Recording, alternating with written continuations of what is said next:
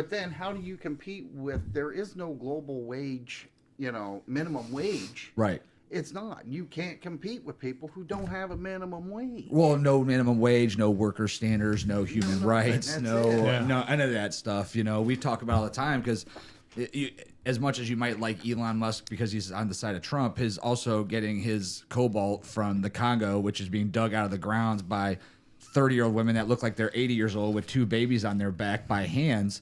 Whereas if you had American workers over there doing that, or you're paying them a decent wage, I mean, they're getting $1 a day, $2 a day to do that. If you're paying somebody 20 hours a day to do that, giving them all the right equipment, making sure they have good housing and all that stuff around the mines, that cobalt becomes a lot more expensive by the time it gets over here and goes in our cell phones and it goes in our cars. So I understand why people are like it, but it's funny because the people that are complaining about the tariffs are also the ones that are saying that black people have been oppressed all this year and that women don't get fair wages. And it's like, well, do you care about the women that are over there working for nothing, or those kids that are working for $1 in the Nike factories so that you could get $100 pair of Nikes instead of $180 pair of Nikes?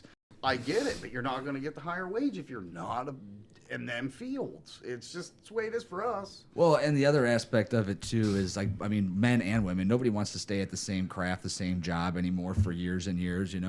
I remember going over to my buddy's house before his dad retired. His dad worked in the same factory for like 38 years, like since he got out of high school and moved on, like never just left the same factory, and today's day and age, you want higher wages. Like that's the kind of level of dedication to your company and to your craft that you're going to have. Yeah, we still are all staying pretty busy. The difference is that with that kind of stuff, when it is cheaper, the problem is the quality just isn't there. Yeah. I mean, when it's a small guy doing it himself, he's going to bend over backwards to make sure that is the absolute best. You could look through the barrel almost, daylight.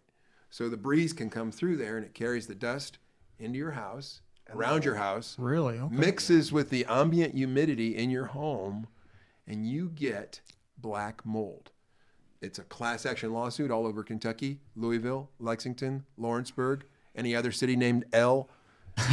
So the answer is yes. You guys would have fun. Definitely. You guys, it's fun. Yeah, it's fun. We roll them down the hill. We have little bumpers set up so they, they're down the hill in the grass so they don't get damaged. That's pretty cool. So throw nothing away. I tell you this. Yeah, Throw nothing away. Well, I mean, and you're probably realizing this too, is like the more stuff that you can utilize to make something or get creative on, like that people aren't thinking of. You got to make sure it's a dust-free environment, so you got to do that. You got to make sure you're getting the bubbles out of it, or it'll pop and get bubbles and everything.